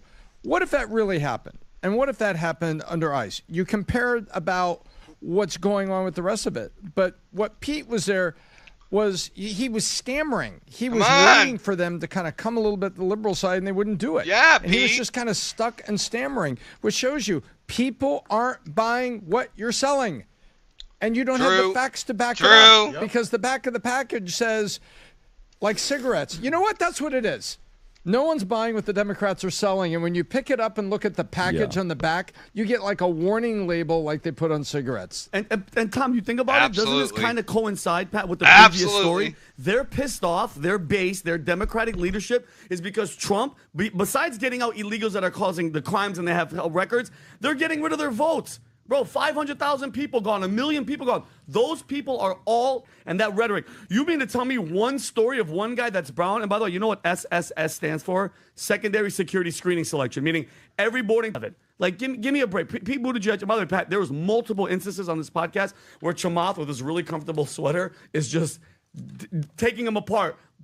Like fear porn by fear porn by fear porn. It was actually a really, really good podcast. Well, they should call it the Mic Drop podcast. It should have been. It's cool to see Chamath basically being a defender of Trump. We all know a lot of the people in the Silicon Valley in 2016 and 2020 were not fans of Trump, and they're not defending him, but now they're sort of his staunch allies, sort of the MAGA 2.0, which we talked about this. And then Pete Buttigieg sort of gives this anecdotal, you didn't hear about this one guy one time. It's like, okay, cool. Okay. I will say this, to maybe defend Buttigieg for a second. Chamath and the All-In guys, they're based in where? Silicon Valley? They're in San Fran. Okay, so I don't know what effect they're having from the Donald Trump effect. If there's someone you need to look at, it would be Gavin Newsom, your governor, that's based in Sacramento out there. So if any issues you're dealing with in San Francisco or Northern California, that's all downstream of what Gavin Newsom is doing. If you're feeling the national effect of if you're going to D.C., if you're going to certain towns where Trump is sending the National Guard, I get it. You probably feel safer there. But any issues you have are not necessarily a Trump or Biden thing. It's a Gavin Newsom thing. Yep. I'd love to hear his comments on what Gavin Newsom has done in the state of California. Well, to talk about Gavin Newsom, Newsom has moved on from Joe Rogan, Rob. I don't know if you heard or not. Oh, really? So all this time he was talking about Joe is afraid of me. Tough guy, all this stuff. He has officially decided to move on from Joe Rogan. Go ahead, Rob. Oh. He hasn't, for years and years, he's been attacking me, and it's one way, and he won't have me on. He's consistently not having me on. By the way, I'm moving on. I have no interest. You're done with him? Joe Rogan's the Facebook of podcasting. He was sitting across one of the brightest minds in podcasting right now. The guy was in the mic. Mm-hmm. And there are a lot of people at the mic doing extraordinary things. Who's he talking about? He's talking about Andrew Schultz. That's a pretty big audience. Still. He's talking about Andrew Schultz. What do you mean he's talking about Schultz? He even says he's talking about Andrew Schultz. He was sitting across from him. Confidence. I didn't go there. Say the B word. To have me on. Well, you've called him a chicken. But he's been attacking for. But here's the thing. These guys, they all have something in common. It's one way they attack. Bro.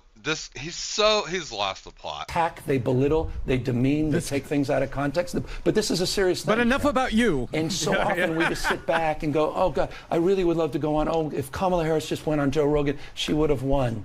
It's not. It's so much deeper than that. And the unwillingness for a guy like that to even have the common courtesy to attack someone and not have the decency to say, you know what, why don't you have a chance to come on? Let's have a civil dialogue. I've watched. He did! Joe Rogan invited Kamala Harris and her campaign to do the same thing that he offered to Trump that Trump accepted. But they said no.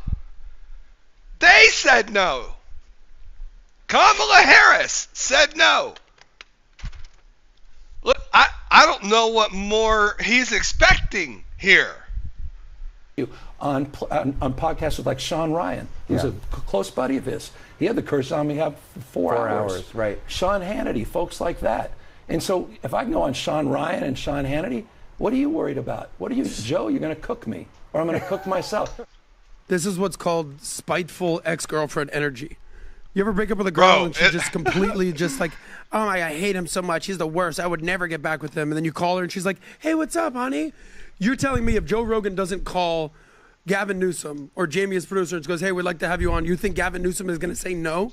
Let me go to Tom. Go ahead, Tom. What do you think about this? What I think about this is Gavin Newsom is trying to use reverse psychology on Rogan. He was trying to say, oh, well, he's been spiting me. And you called him a chicken. That's what Alex said to him. And he's trying to use the reverse psychology. Gavin Newsom is desperate to get on the Joe Rogan podcast and on other podcasts because they want to roll those clips together when it's time for all the campaign ads so they can look like man of the people connected to everybody. I just don't understand the insane capacity for Gavin Newsom to lie and say, oh, I can't believe, the unwillingness to just, have her say, come on the show, do this or that, blah, blah, blah, blah, blah. Well, he did. He offered that. Full stop. There's no excuse here. She had the opportunity and she turned it down. That's the play here. There's a playbook that goes with the playbook is to campaign lie. that has launched a year and a half ago with Gavin Newsom when he got together and made sure that he could bait and drag Ron DeSantis into a second-tier channel, ran their mini debate. Remember that? Mm-hmm. And so what's he doing there? This is a guy, Gavin Newsom, who has a playbook for media. He knows exactly what he wants to do, and he's trying to belittle, bait, and tug on Joe Rogan's team to get himself on there. But you know what? They're not having it. They're not interested. Yeah, and look, at the end of the day, when he's doing this, I think this a is part bait. of this is the following. It isn't going to work on Joe. President. I asked to go there. Exactly. I'm not like Kamala. I'm not afraid. I'm not this. Yep. I even told him, and he said he's not going to have me on. I'm not afraid of doing this or this other stuff. Now, on the other side, he's a leading candidate for the Democratic Party for president 2028. The previous one, Kamala, here's what she just did. She sat down with yesterday. By the way, I really don't like doing Kamala clips. Not Jon Stewart. Go to the other one first, Rob, is the one with the world-class spin or misdirection or whatever. I love this one. I really don't like putting clips of her, not because I feel bad for the audience. Mm-hmm. I get it. Because it truly is so hard to... I can listen to Newsom. Yes. So I'm not insulting. I can listen to Newsom. I can listen to Obama. It is so difficult to listen to her. Yeah, it is. Just folks. Yep. If you're eating. Practice your mental toughness and emotional toughness for the next minute and a half. Go ahead, Rob. Oh, God. Rob, can you pause it? Does it get into it fairly quickly? Because I don't want to play the whole thing. You know what I'm saying? Where she stops him, boom, boom, boom, and then she... You're right. So go all the way to the beginning. It's just the first minute because it's a 2-minute 47. I don't want to go through the whole thing. Watch this, folks. Wasn't Joe Biden meant to put it on him? Wasn't his refusal to recognize his own frailties the reason that you faced a nearly impossible task? I ran against Donald Trump for president, and Donald Trump ran on a platform that was, in large part, I believe, misrepresenting his intentions to the American people. Hasn't answered the question yet. I do believe that there are a fair number of people that voted for Donald Trump who believed him when he told them that his first priority on day one is going to be to bring down prices. And he didn't. And you combine that misrepresentation of intention with question hasn't been answered yet. What was at play in terms of she's eventually going to lose it, the lady. Now, forgive me. And a truncated calendar in terms of the clock. I want to interrupt you because that is a world-class pivot, but it is not the question that I asked you, which is about Joe Biden's failure to recognize his own frailties and what that did to you. The question is about Joe Biden. Are you still reluctant to criticize the former president? In what regard, please? Well, just in terms of that question. So you went on. What exactly would you like to ask? She just asked. If you don't mind. Was it Joe Biden's decision, his failure to recognize his own frailties in that position, that put you in the position that made it almost impossible to win that race? He was not frail as president of the United States. But he had frailties. We all saw the debate. I do believe that Joe Biden had the capacity to be president of the United States. Wow. Jon Stewart. This is what Jon Stewart's like, what are you? When you can't,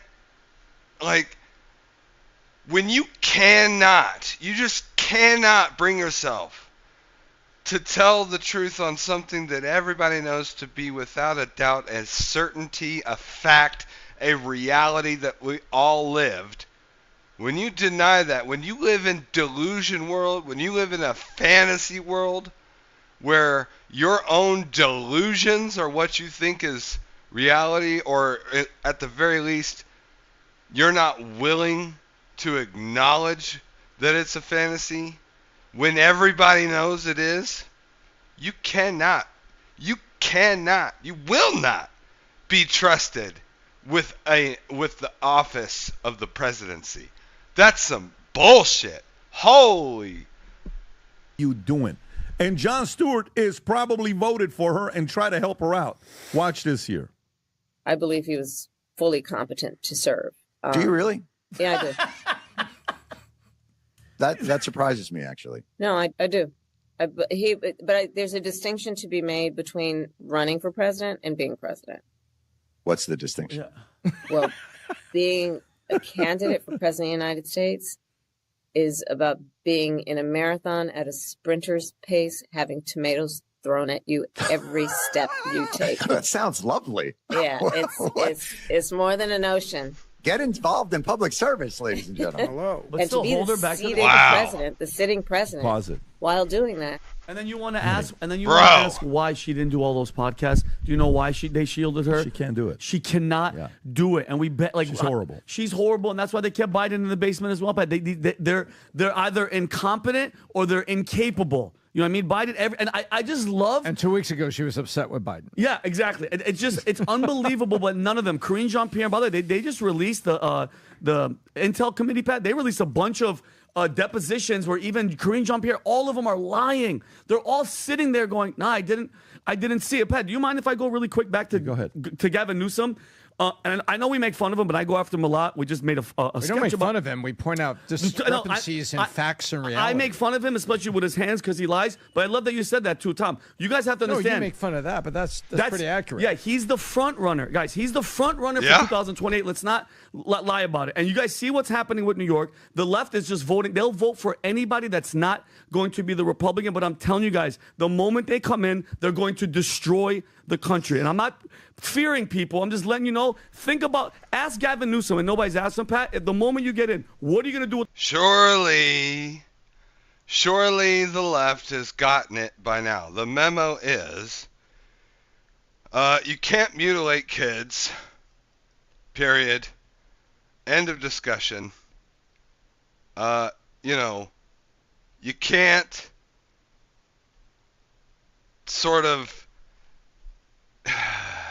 you can't get involved in regime change wars all the time. You can't mutilate kids. You can't just start murdering babies en masse. You gotta have nuance. You gotta allow states to represent their voter base, to basically enable the populace to vote in such a way that it is what they want. Like, they have to be able to represent their fundamental beliefs within their state.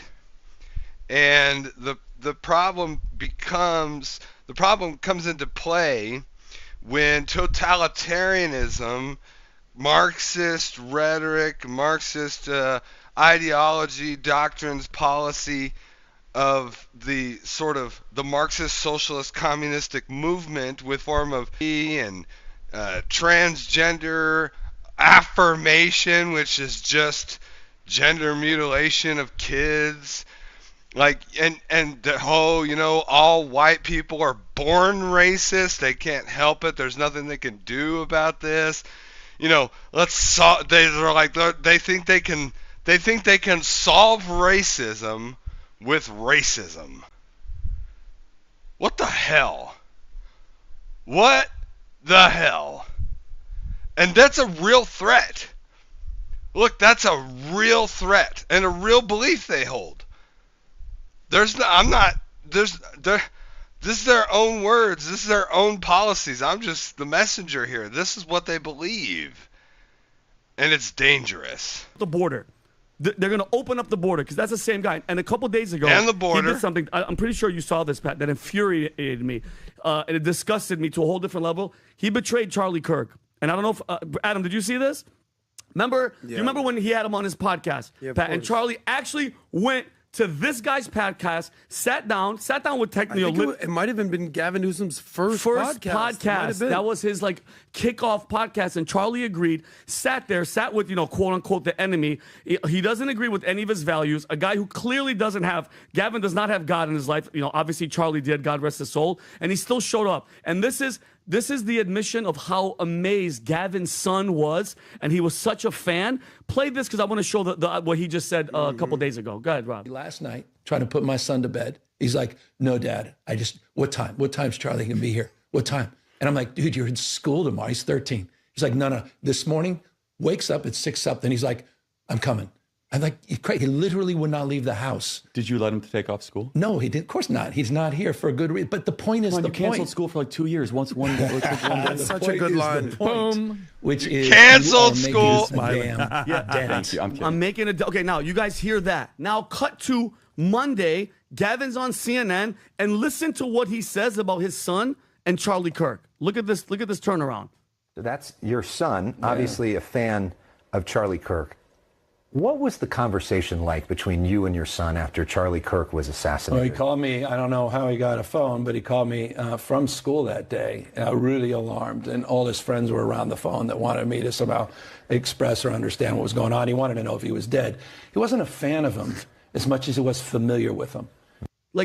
Is it how unbelievable? Your son, Gavin, wakes up and is ready to go at 6 a.m., begging to go meet the guy and hang out with him. And then now you play this is why he's a lying freaking sociopath. It drives me crazy how deceitful he is, and he's going to be the front runner. So I every chance I get to point out his lying and his character, I'm going to do it. Horrible. Tom, do you agree with that? He was just familiar with him? I agree with one thing. Two things. I think the American voters can be swayed, and I think if you look at AOC and you look at Gavin Newsom, they're very savvy and they're capable of swaying a lot of voters. Yes. I believe that. I also believe, number two, that the mashup of the flip-flops are going to be magnificent campaign ads, and they're going to have to find a way to explain them.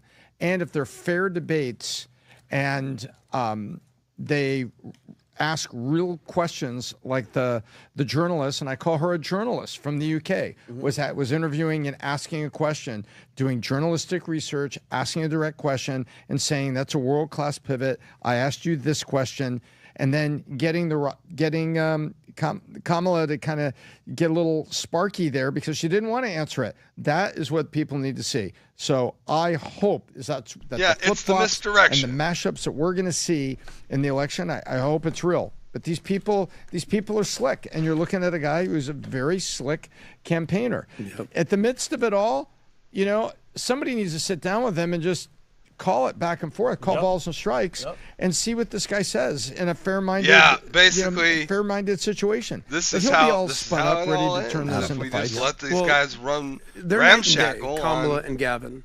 On the media. Kamala Harris reminds me of the scene from Billy Madison. I don't know if you have that, Rob, where they're doing the debate, and the moderator, after Billy Madison gives his answer, is like, Mr. Madison, what you said is one of the most insanely idiotic things I have ever heard. At no point in your rambling, incoherent response were you even close to anything that could be considered a rational thought. Everyone in the room is now dumber for having listened to it. That's when you listen to Kamala. You're just like, did I get dumber? What just happened here? What was the whole time and space? And God. You're sitting there and she's rambling. Even PBD has to tell you to wear earmuffs before you get on. Gavin is the exact opposite. He's as very good. skilled as a politician as it gets.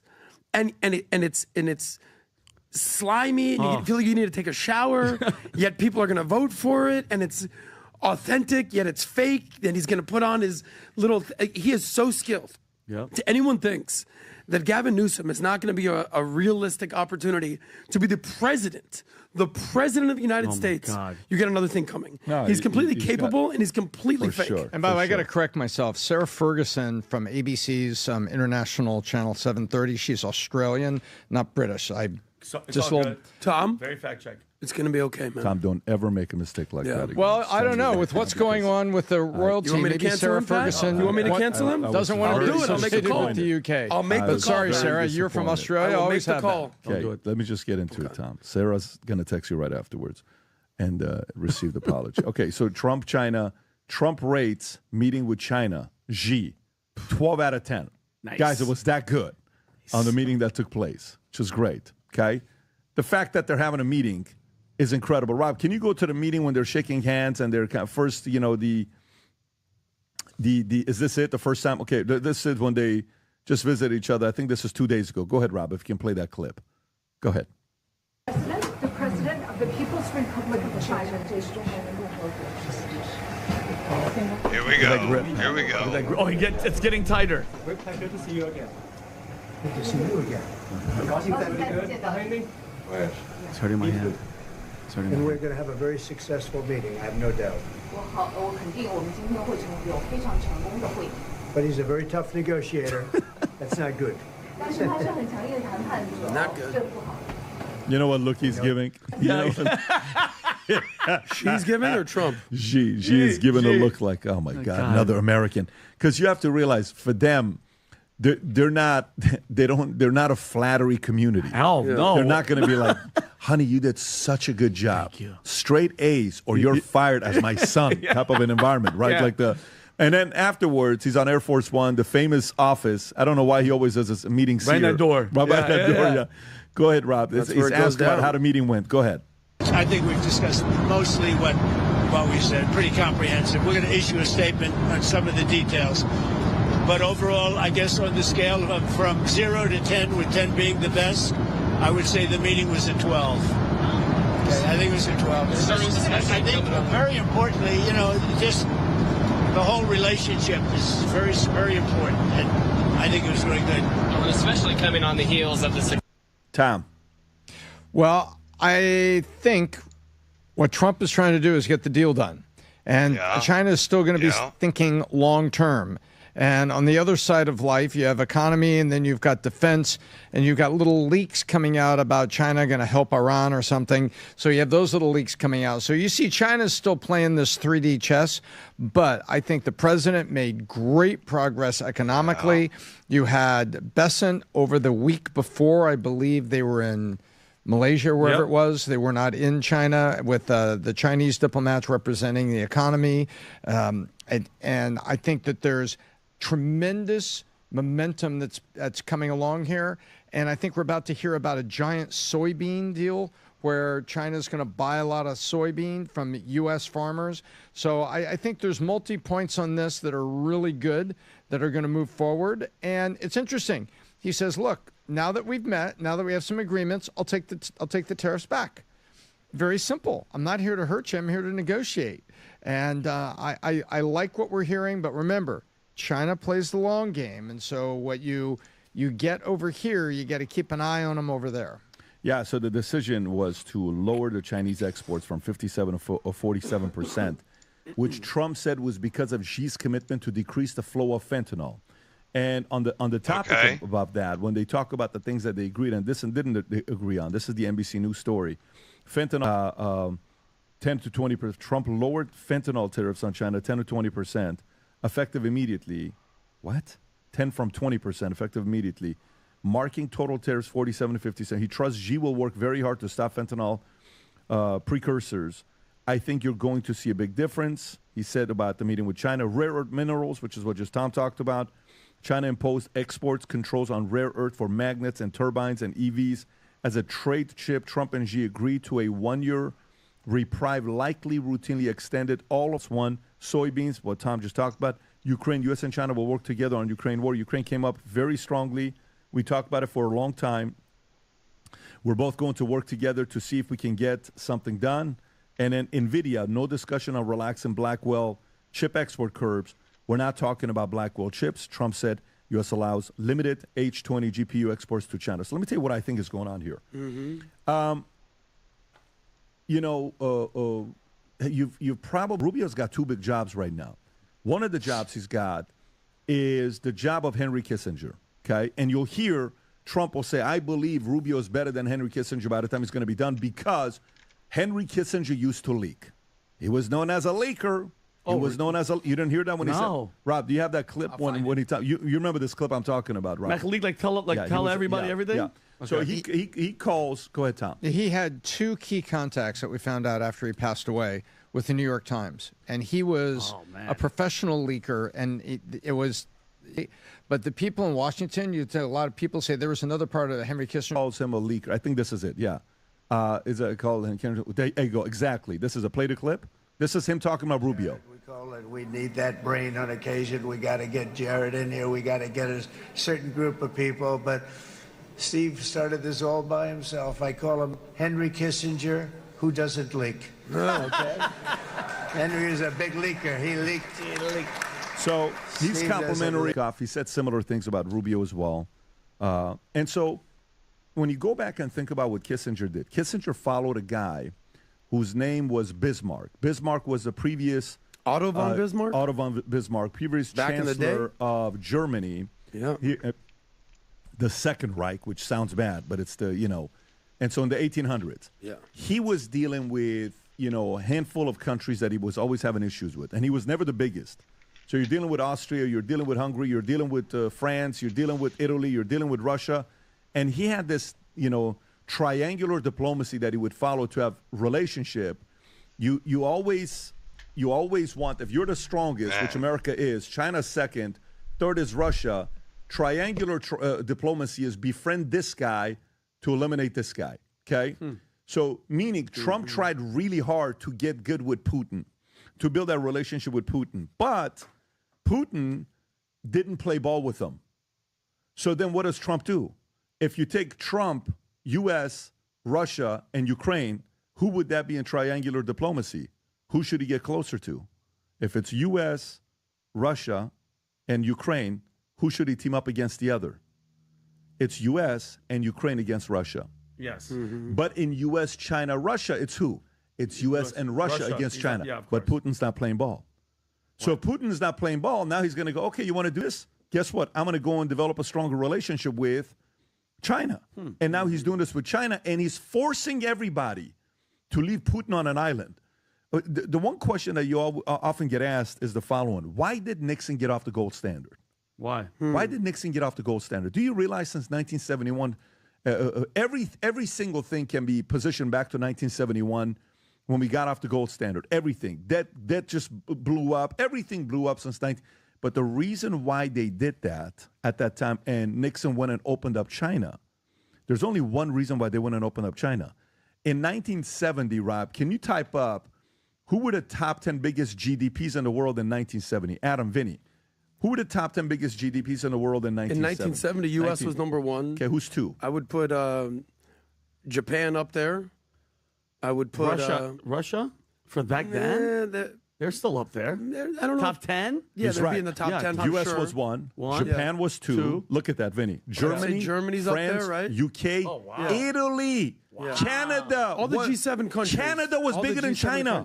Think about that. Canada's bigger than China. Go a little bit higher, Rob. Go a little bit higher. There's one country that's not on there, though. USSR, okay? USSR. Yeah, of course. And by the way, USSR Communism. was so he's sitting there wondering, what's going on with Russia and the communist regime moving. Nixon decides to go out there and team up with who? Little China. Yeah. Wow. China had the biggest military, but they didn't have the biggest GDP. They go and help China to equalize who? Russia. Yep. And what ends up happening?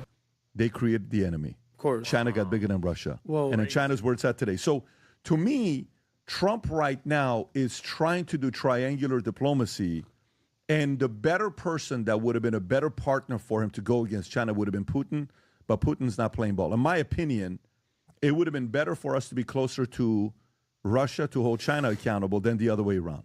And it didn't work. And, you don't want everybody to be getting along, and you also don't want to have a good relationship with both of the parties because you can't hold the other one accountable. He's going through a challenge right now.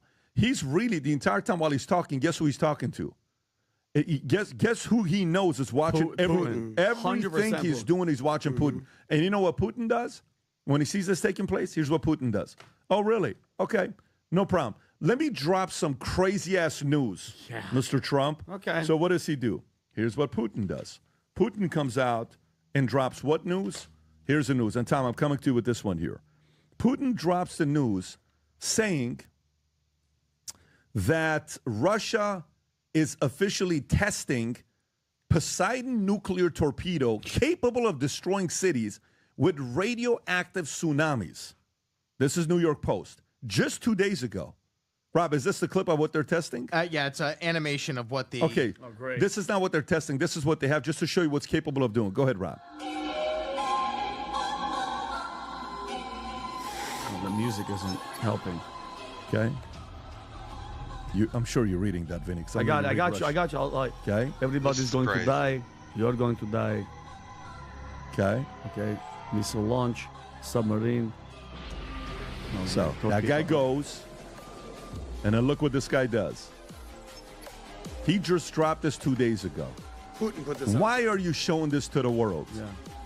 Okay? Why do you want the world to know this is your capability? Why? Okay? Great music. Killing people. Yes. Those are our aircraft carriers. That's the design. And what else is it capable of doing? Boom. Look at that. And I love how he put some music, hip-hop music. To make it softer. Look at that. 1,600-foot waves. I hope Trump's team makes a video going back. 200 meters is what, Tom? 200 meters. Each meter is 3 feet. Correct. So 200 meters, so a little over. So six. Let me just read this to you to see what they're doing. So why is Putin doing this? Why is Putin doing this? What's he trying to say? What's he trying to tell people? Okay. So Putin drops that, on a nuclear Poseidon capable of leveling coastal cities with 1,600-foot high radioactive tsunamis. 1,600 feet is roughly a 160-story building coming at you. And while he's doing this, not much is publicly known about Poseidon. Reports estimate that the weapon is capable of carrying 2 megaton warhead or more than 150 times the power of a bomb the U.S. dropped on Hiroshima. Vinny, 150 times stronger than what we dropped in Hiroshima in 1945. They are designed to trigger radioactive tsunamis of up to 1,600 feet from hundreds of miles away, according to Russia's state media. That's what he announces. And what does President Trump come out and say all of a sudden? What? Tom, what does President Trump come out and say all of a sudden? Well, we're going back to testing, and we're going to do a whole lot of testing. We got great nuclear program, wonderful, smart nuclear scientists. It's wonderful, best in the world. Some of them, my God, some of these wonderful people are great. And we're going to go back and test again. This is what he says. We have more nuclear weapons than anybody. We don't do testing. We've halted it many years ago. But with others doing testing, I think it's appropriate that we do also. It was a... Okay. So when was the meeting with Xi? Just this week. But what day? What day? Give me a day. What day was it, Rob? When was the meeting with Xi? Xi was 2 days ago. Wednesday? Wednesday? I think Wednesday. Okay. And when? Our Wednesday, right? That's right. Our Wednesday. October 30th, which is yesterday. Okay. Do you know when Putin announced this testing? When? Do you know when he announced? Hours after. Thursday? No. A day before. Oh. Which is like, hey, right before we got going on. Okay. So, Tom, your thoughts, okay, with everything that's going on right now with Russia, China, how do you think this is being managed? And who and what country you think is preventing the negotiation from going smoother? Well, first of all, Russians interfering here, and Russia's doing it deliberately.